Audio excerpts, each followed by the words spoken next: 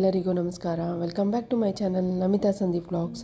ಇವತ್ತು ನುಗ್ಗೆಕಾಯಿ ಸೊಪ್ಪಿಂದ ಚಟ್ನಿ ಪುಡಿ ಮಾಡೋದು ಹೇಗೆ ಅಂತ ತೋರಿಸ್ತೀನಿ. ಮೊದಲಿಗೆ ನಾನು ಇಲ್ಲಿ 1 ಕಪ್ ಆಗೋಷ್ಟು ನುಗ್ಗೆಕಾಯಿ ಸೊಪ್ಪು ತೊಗೊಂಡಿದ್ದೀನಿ. ನುಗ್ಗೆಕಾಯಿ ಸೊಪ್ಪಿಂದ ಹಲವಾರು ಪ್ರಯೋಜನಗಳಿವೆ. BP ಶುಗರ್ ಕೂಡ ಕಂಟ್ರೋಲ್ ಮಾಡುತ್ತೆ, ಹಾಗೆ ಏರ್ ಗ್ರೋತ್ ಕೂಡ ಹೆಲ್ಪ್ ಮಾಡುತ್ತೆ ನುಗ್ಗೆಕಾಯಿ ಸೊಪ್ಪು. ಹಾಗೆ ಹಾರ್ಮೋನಲ್ ಬ್ಯಾಲೆನ್ಸ್ ಕೂಡ ಕಂಟ್ರೋಲಿಗೆ ಬರುತ್ತೆ ನುಗ್ಗೆಕಾಯಿ ಸೊಪ್ಪಿಂದ. ಮಕ್ಕಳಿಗೆ ಬ್ರೈನ್ ಡೆವಲಪ್ಮೆಂಟ್ ಕೂಡ ಇದು ಹೆಲ್ಪ್ ಮಾಡುತ್ತೆ.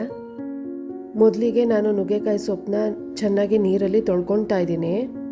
ಈಗ ಇದು ಚೆನ್ನಾಗಿ ತೊಳೆದ ನಂತರ ಒಂದು ಕಾಟನ್ ಬಟ್ಟೆ ಮೇಲೆ ಹಾಕ್ಕೊಂಡು ಒಣಗಿಸ್ಕೋಬೇಕಾಗತ್ತೆ.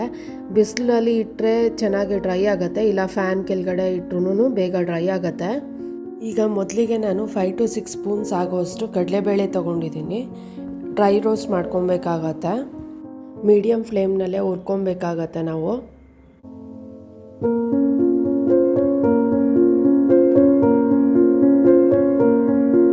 ಈಗ ನೋಡ್ತಿರ್ಬೋದು ಕಲರ್ ಚೇಂಜ್ ಆಗಿದೆ.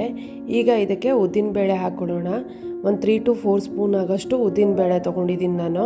ಇದನ್ನು ಕೂಡ ಡ್ರೈ ರೋಸ್ಟ್ ಮಾಡ್ಕೊಬೇಕಾಗತ್ತೆ. ಸ್ವಲ್ಪ ಕಲರ್ ಚೇಂಜ್ ಆಗೋ ತನಕ ನಾವು ಚೆನ್ನಾಗಿ ಹುರ್ಕೊಬೇಕು.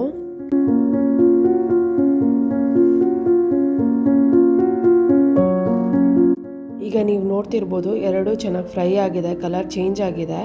ಈಗ ಇದನ್ನು ನಾವು ಒಂದು ಪ್ಲೇಟ್ಗೆ ಹಾಕ್ಕೊಳ್ಳೋಣ. ಈಗ ನಾನು ಒಂದು 10 ರಿಂದ 15 ಬೆಳ್ಳುಳ್ಳಿ ಎಸ್ಲನ್ನು ತೊಗೊಂಡಿದ್ದೀನಿ. ಇದಕ್ಕೆ ನಾನು 4 ರಿಂದ 5 ಗುಂಟೂರು ಮೆಣಸಿನ್ಕಾಯಿ ತೊಗೊಂಡಿದ್ದೀನಿ.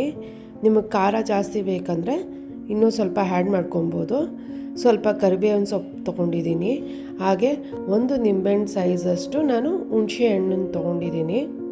ಇದೆಲ್ಲ ಸ್ವಲ್ಪ ಫ್ರೈ ಆದಮೇಲೆ ನಾವು ಸ್ವಲ್ಪ ಹಿಂಗೆ ಹಾಕ್ಕೊಬೇಕಾಗತ್ತೆ. ಹಿಂಗೆ ಹಾಕ್ಕೊಂಡು ಒಂದು ಸ್ವಲ್ಪ ಫ್ರೈ ಮಾಡ್ಕೊಬೇಕಷ್ಟೆ. ಈಗ ಇದೆಲ್ಲ ನಾನು ಒಂದು ಪ್ಲೇಟಿಗೆ ಹಾಕ್ಕೊಳ್ತಾ ಇದ್ದೀನಿ. ಇದೆಲ್ಲ ಕಂಪ್ಲೀಟ್ ತಣ್ಣಗಾದಮೇಲೆ ನಾವು ಪೌಡರ್ ಮಾಡ್ಕೊಬೇಕಾಗತ್ತೆ. ಈಗ ನಾವು ಏನು ನುಗ್ಗೆಕಾಯಿ ಸೊಪ್ಪನ್ನ ತೊಳೆದು ಒಣಗಿಸ್ಕೊಂಡಿದ್ವೋ ಈ ನುಗ್ಗೆಕಾಯಿ ಸೊಪ್ಪನ್ನ ಕೂಡ ನಾವು ಡ್ರೈ ರೋಸ್ಟ್ ಮಾಡ್ಕೊಬೇಕಾಗತ್ತೆ.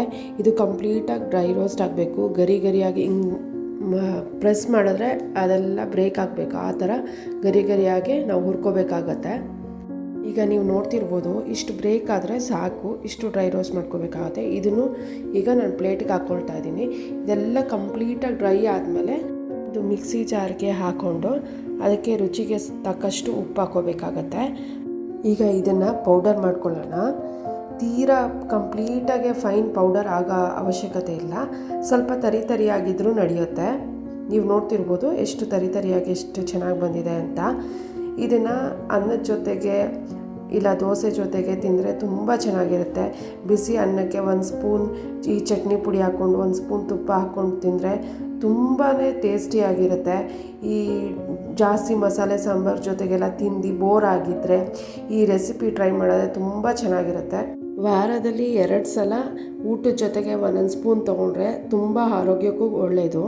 ಈ ಚಟ್ನಿ ಪುಡಿ ರೆಸಿಪಿನ ಒಮ್ಮೆ ಟ್ರೈ ಮಾಡಿ ಅಂತ ಕೇಳ್ಕೊತೀನಿ. ಈ ರೆಸಿಪಿ ಇಷ್ಟ ಆದರೆ ಪ್ಲೀಸ್ ಲೈಕ್ ಮಾಡಿ, ಶೇರ್ ಮಾಡಿ, ಹಾಗೆ ಸಬ್ಸ್ಕ್ರೈಬ್ ಮಾಡಿ.